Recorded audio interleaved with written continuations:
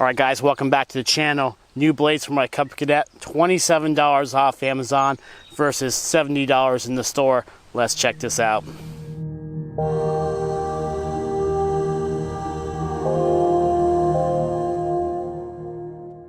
Alright, a little closer look here at this blade. Made in the USA.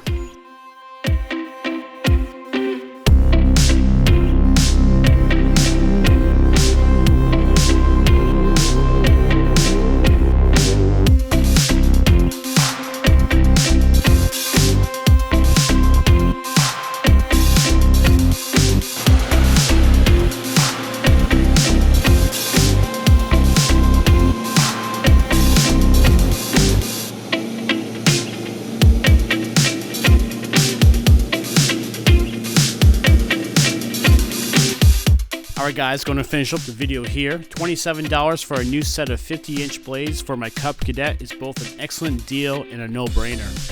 This is certainly a far cry from the $75 for the name brand MTD blades that are sold at our local tractor supply company. Check out the Amazon link below if you're interested in these blades or a similar set for your mower.